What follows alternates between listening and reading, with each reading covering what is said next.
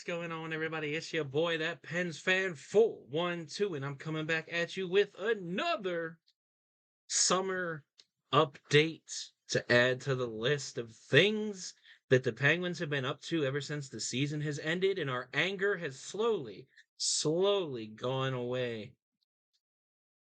But then it's back, and then it goes away again. But then it comes back again, and it goes away. What's going on, YouTube? I want to take a quick second and shout out all the wonderful people that are subscribed to this channel. I want to thank you all for being here. I know the hockey season is slow in the summer, but whenever I put out the content, y'all show up to watch it. So thank you. And if you're new here and this is the first time you've ever seen any of these videos ever, I would go back and watch some of the wonderful content, listen to a passionate Pens fan just absolutely, positively just rip in to a team that is slowly on the decline. Or are they, as of free agency and the draft this year? Ooh, a lot of question marks being put up, a lot of good pieces being grabbed. And we're going to talk all about that in today's video. So where do we start? Where do we start? I guess we start with the draft, right? Let's start with the draft. Let's start with the fact that the Pittsburgh Penguins had the 14th first round selection this year. It's the highest number in the drafting order. You will see me periodically looking over to the side here because my monitor's here, but my webcam is right here. And my brain thinks it's over here because it's on the big screen, but it's right here. So if you see me doing that, it will lessen. It'll go away. I just keep distracting myself. Anyways, let's go ahead and pull into the draft here. 14th overall, the Pittsburgh Penguins select center. Right-handed shot, 5'11", 170-pound Brayden Yager. Brayden Yager. Now, going into this draft, I knew that there were going to be a lot of first, second, and third round talents. And now this draft in particular surprised me if you're an avid player of the NHL games, right? Because they always try to make the EA overall rating for players, right? And certain players they hit it dead on the head, and in other players they completely just miss like they're trying to hit a wrist shot from center ice, and they just whiff it and break the glass, and then everybody has to sit there for 20 minutes while they replace a piece of glass, like Dion Fagoof. Anyways, Brayden Yager, he's more of a two-way guy. I know they talked more about him just having a bad season. Going into this draft, I know he was slotted for the top 10 originally at the beginning of the year, as far as like the actual draft order.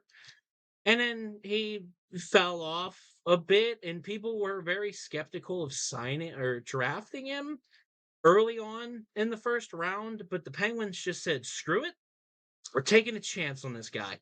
Because if he does turn out the way that he's turned out in several various general manager playthroughs and simulations that I have done for the Pittsburgh Penguins, Brayden Yager, I got to get used to that. Brayden Yager turns out to be a really good top two guy for us in the future, especially with Sid and Malkin and their careers on not necessarily the mountaintop anymore. It's down into the valley of retirement area. We're not going to talk about that, but it's definitely something to be hope. He is a player to be hopeful for in the future. He's probably going to spend a couple of years honing his NHL craft in the minors with Wilkes-Barre, which will be nice because Wilkes-Barre might actually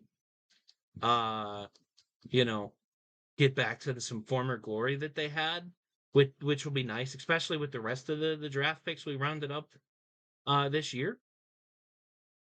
Speaking of other draft picks, and I apologize to any of these players, to any of the fans that find my pronunciation impeccably wrong. I try. I really do try, and I'm gonna try. But our third round selection, we did not have a second round pick in this draft. Give me 1 second as I sip on some water.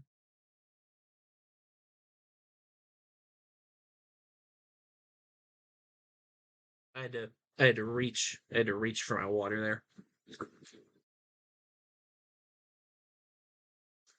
It's hot. It's mid Atlantic. It's hot. It's mid East. It's hot. So in the third round, 91st overall, the Pittsburgh Penguins selected Emil Peninainen. Peninainen? Peninainen? He's a defenseman, left-handed shot, 6'2", 176 pounds. He's got a frame to grow into. He's definitely a defenseman who will be spending quite a little while into the minors here. A cool side note to point out: a lot of the guys that were drafted got phone calls directly from Sidney Crosby, which I thought was just imagine not only on a day that you get drafted in the NHL, which for a lot of these guys is one of the biggest things that will happen in their careers, they also get a phone call from one of, if not the greatest player in the modern era, Sidney Crosby. Like, that's just mind blowing. It's a double whammy smacking you at the same time. And for a lot of the guys, I mean, that's got to be pretty hype to get the nod from Sid the Kid. And with Emil here, he's 18 years old. He's a Finnish player representing Finland. His amateur team was the Carpet Junior. It's in the Finnish Junior League. And yeah, I mean that's more defense is always better. Our defensive prospects are definitely few and far between. After you look at like Pickering, there's not much. There are a few guys that we signed from college that could possibly turn into something, but that's what time is for, not a 2 to 3 year range, more of like a 4 to 5 ish year range, depending on how well they perform and how well they improve every year. And to add another guy in there that could possibly light it up defensively, and especially in Wilkes-Barre, and then inevitably in Pittsburgh, it's pretty lit. It's pretty lit. Put it to put it bluntly, it's pretty lit to have. The next player selected in the fifth round, 142nd overall, is Mikhail Alien. Alien? Alien? Alien. I'm gonna go with Alien. Mikhail Alien. He's a left-handed shot forward. He's got the height of a good old 6 foot tall, and he's 181 pounds. Got some weight to grow into him. He's only 18 years old. He comes from Russia. He's a Russian-born player, and he played last year in the KHL for Silvestro Chipovals. I am butchering this, and I apologize. But yeah, just more depth guys to see if they pan out. Same thing with Cooper Foster. He's got another dude. He showed a lot of offensive prowess, if you will, playing with the Ottawa 67s last year. We drafted him in the sixth round, 174th overall. And he's only 5'11", 172 pounds. But again, like all the younger guys, they can get that muscle, they can get that bulk, they can grow into that, into whatever stature they have, and really just give it a shot, right?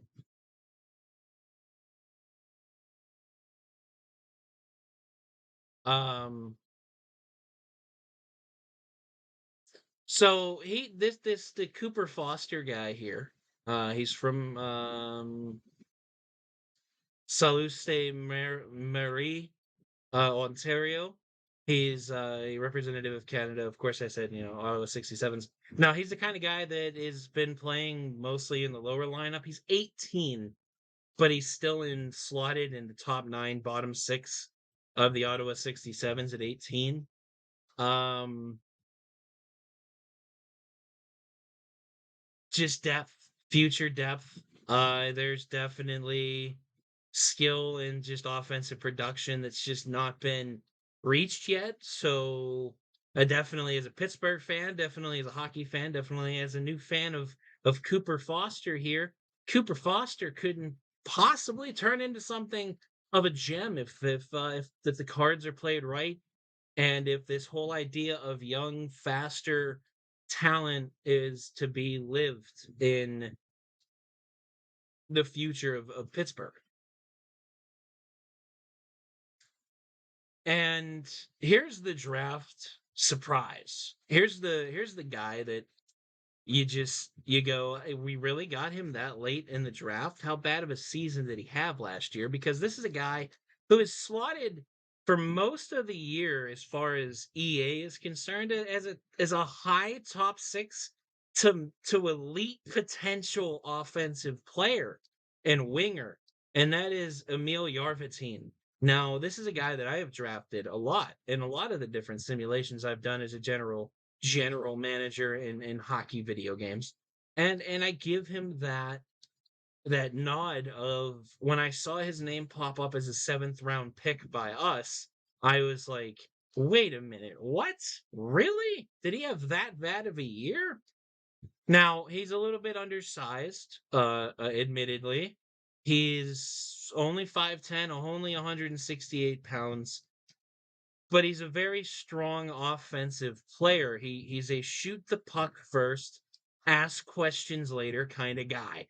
And in Pittsburgh, where we have countless years where it seems as though we get really good at passing the puck, not very good at shooting it, having somebody like that for the future could in fact be a serious addition to the team.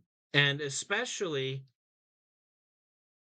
because we've seen it countless times and especially in recent history, a lot of undersized guys, they don't even get drafted just because they're undersized, and then they show up to the show on a team that takes a chance on them, and they absolutely nail it every way from Sunday. I mean, to put in a modern-ish example would be like what Marty St. Louis of Tampa Bay Lightning fame, and then subsequently the New York Rangers as well, for a very strong series that they had against Pittsburgh. And it just so happened that he showed up. He showed up when the cards were on the table. He showed up, and that's something that it gets you excited, especially because EA has touted this guy as such a high level, high value prospect for most of, if not the entirety of the year in the lifespan of this game. And then, of course, his actual real world notes, other than being an undersized winger, he's got a lot of positives. So here's hoping that every team that didn't want to take a shot on an undersized winger gets proven dead wrong, why they're stupid and why they shouldn't have let Pittsburgh have him. I'm looking for that future top line with Braden Yeager and Emil Yarventin. His brother currently plays for the Dallas Stars. He was drafted in Dallas. He hasn't, I don't think, played for Dallas yet, but he's definitely going to be in their lineup in the next year or so. So that's something interesting to look forward to. And then I do believe, last but certainly not least, the man with one of the coolest last names drafted in Pittsburgh, and there's been a lot of them. Callie Kangas. Callie Kangas. That's right. I'm here. I'm with you guys when I say I want a Kangas jersey and I want it now. Like, that is a very cool last name, and you automatically get favorite points, in my opinion, when your last name is just that damn cool. Now, moving on, this was our last pick in the draft. It was 223rd overall. He was a left-handed shot defenseman. We weren't really looking a lot for right-handed shot defensemen, which is something that we really do need, but that's fine. Everything's fine. We're building up the left side for the future. And then inevitably, when we get the opportunities to go to the right side, I'm sure we will. Now he's 6 foot 496 pounds, so he's growing into his size rather well at this point. He's a Finnish born player. He played last year in the Jokerit Junior of the Finnish Junior League, and he's just a big body defenseman. He knows how to move the puck. He's extremely hard to play against. He hits people. He knocks people off the puck. He takes defense very seriously, and at 6'4", it's pretty nice to have, especially because of circumstances that we found ourselves in because of free agency. And speaking of the free agency, ooh, let's get to it. Now, doing a callback to a former video, I just want to go ahead on record and say partially, I told you so. I don't want to sound like that guy, but I told you so. And what I mean by that is uh, Brian Dumoulin, and my brain had a fart there. Brian Dumoulin, Jason Zucker, goodbye. Thank you for your service to the Pittsburgh Penguins. I wish, and as a lot of Penguins fans wish, we could say the same for Tristan Jarry. I can understand after some of the other picks that they made and from the people that we had left in the free agency, signing Jarry was probably the only option at a point, and it probably still is the only viable option. And so I'll justify it as so, and we'll get to why here in a second.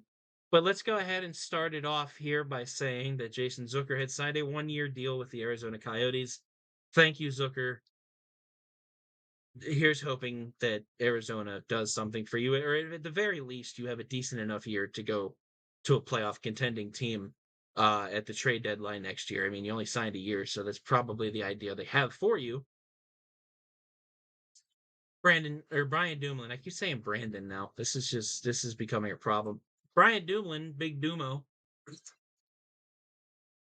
signed a whopping 2-year deal with the Seattle Kraken, which still confuses me as to why Seattle would put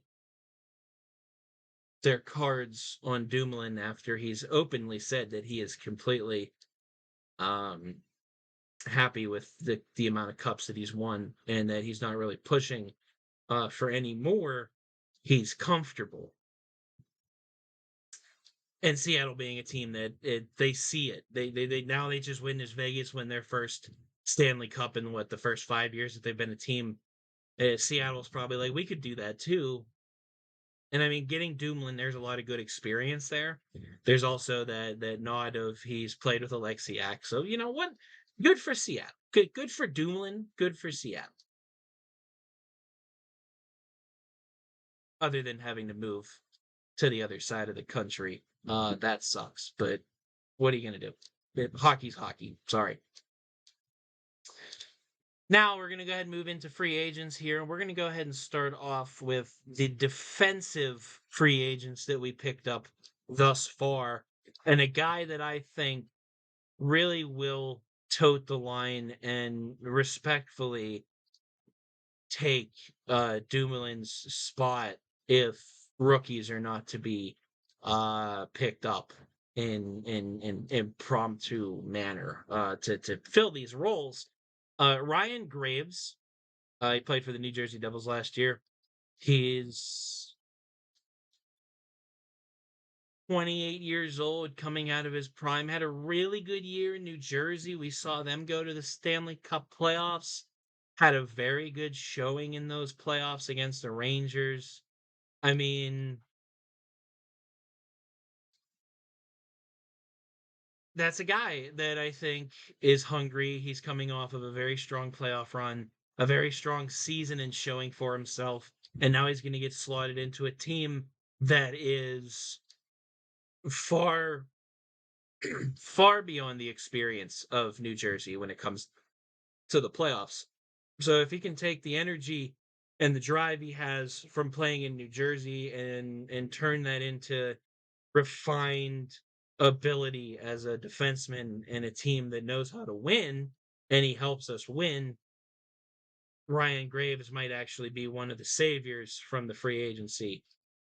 And I say one of because there are a decent, considerable amount of players that the Penguins have acquired since free agency has started that are very good and filling the holes that we needed to fill that I talked about on various occasions going into this video. Another guy that I was pleasantly surprised that I was right about us signing, and that was Will Butcher. He's a 5'11", very offensive, but also very two-way centric, left-handed shot defenseman. Again, another guy that played in New Jersey. He went to Dallas, had some bummy years in Dallas, and is trying to prove himself once again in the show. And it's another guy that, at the very least, having him as a seventh option is something that makes our team already 1,000 times better because he's a better seventh option than, say, Chad Rudival. No offense, Chad. Um, or all the offense. It really just depends on how you're feeling about it, honestly. Will Butcher coming in, that was one of those guys that I thought personally I thought we should go for, and since we did, awesome. There's untapped potential that if he's put in the right position with the right players, we could see some greatness from this guy because I've seen greatness from this guy when he played in New Jersey. And last but certainly not least, Ryan Shea, another guy that we got out of Dallas, another guy that is a potential top 4 minor league guy, and then also can fill a role if we need a role to be filled in the show. And man, our defense is looking better already this year. Like it is astronomical. I am hype for the defense this year, especially because I heard another rumor that's going on where P.O. Joe can possibly get moved to um, San Jose and a crap ton of picks, which I don't see happening simply because we cannot afford to be giving up draft picks right now, especially first rounds.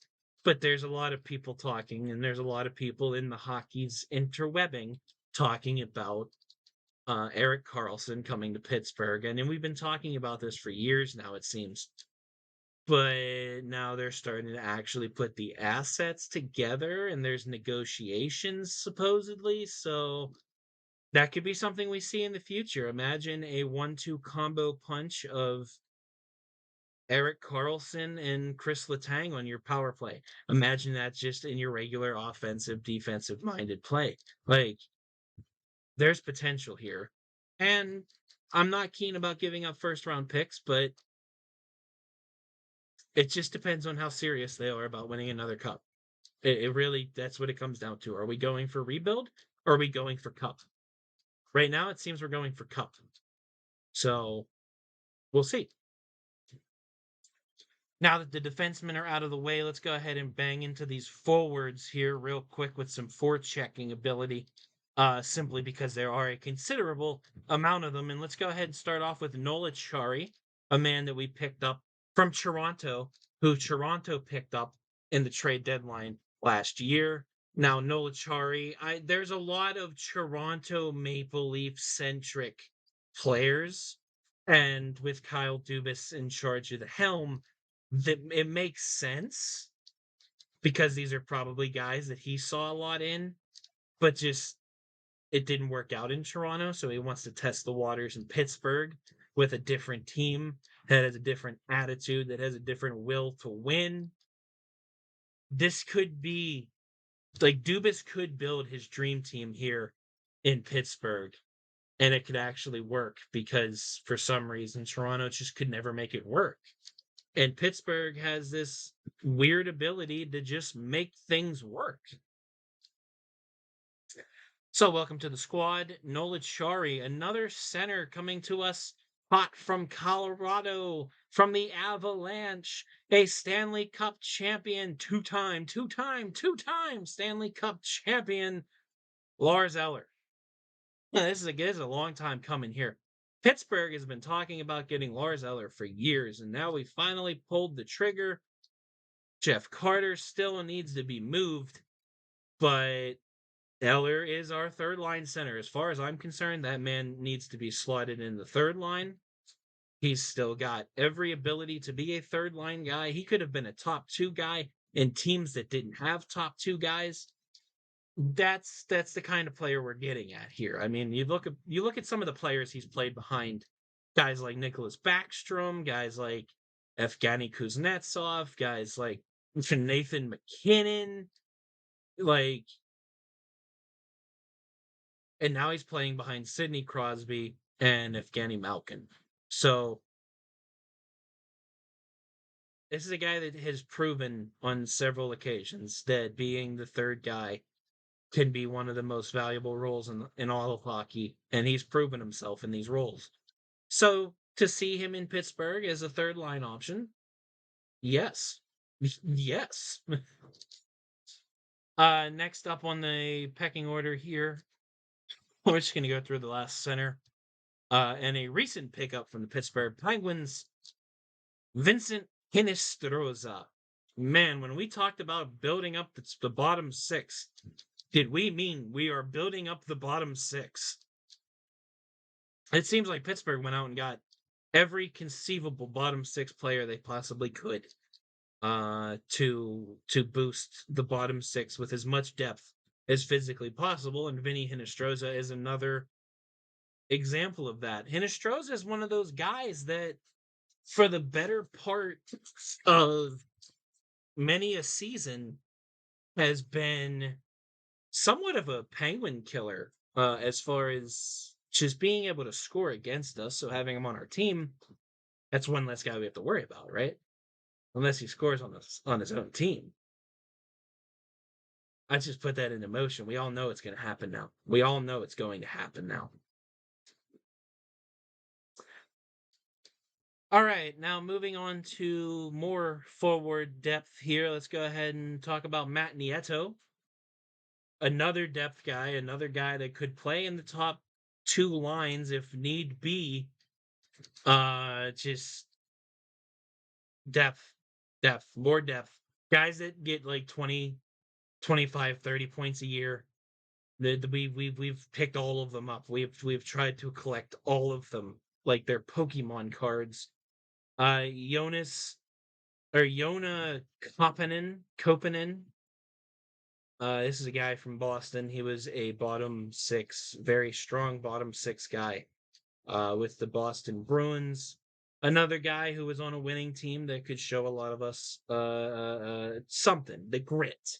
He's got the grit. That's what we got grit. He's younger and he's got grit. Shoring up that bottom six. That's what we're doing right there. And then we've got the only person I don't agree with, and because I've watched many years of Steve Dangle talk about this player and the failed amount of projects in Toronto for this guy that they've had, and that's Andreas Johansson. We got him from the San Jose Sharks off the free agency there.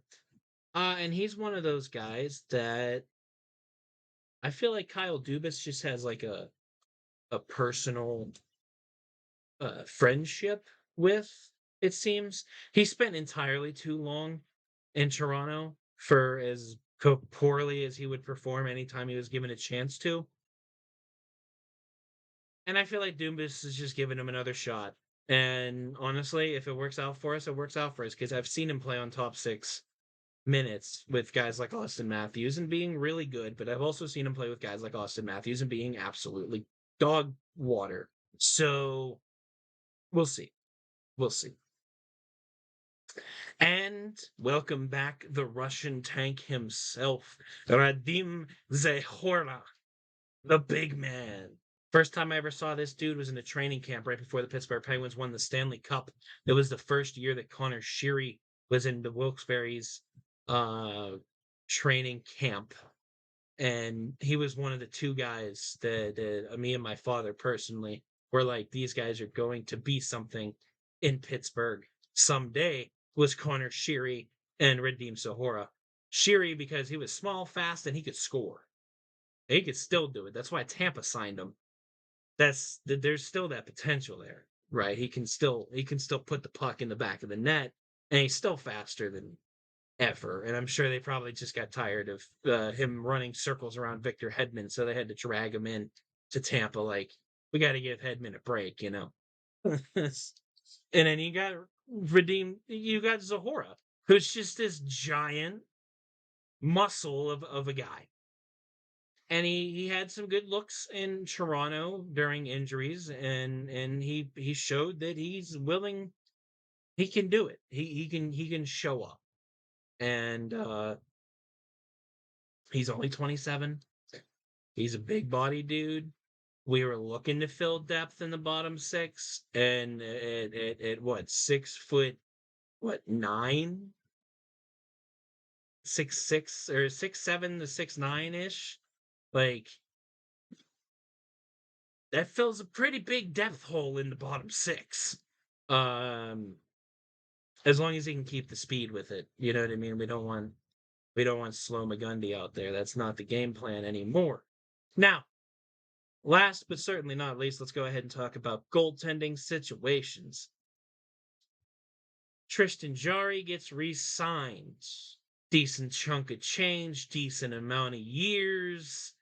And to be fair, with a lot of the better goalies already being signed within like what, the first day of free agency, like the first hour of free agency, um, he was the only option. What do you want? He's the only option. So if he can stay healthy, if he can have a solid backup and a solid third string in case that backup gets hurt,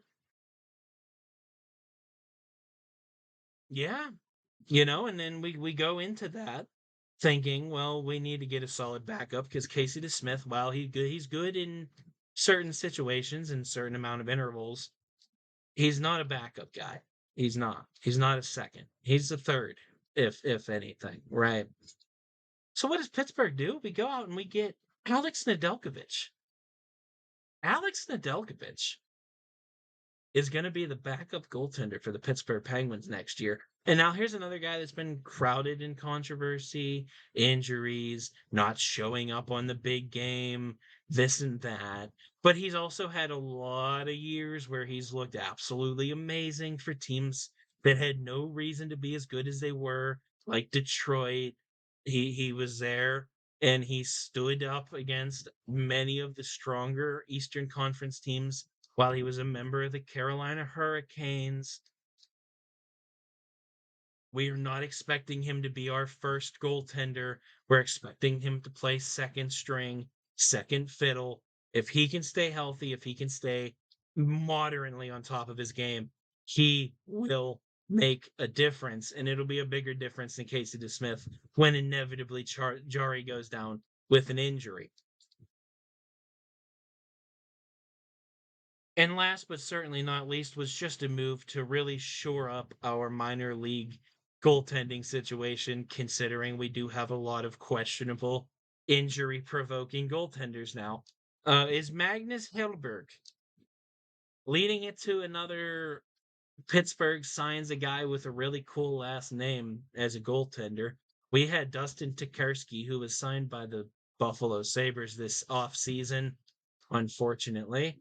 I honestly think Tokarski did better than Casey DeSmith, and that's just my humble opinion. But yeah, Magnus Hellberg hasn't had a lot to do in the show as far as goaltending is concerned. Is very wishy washy.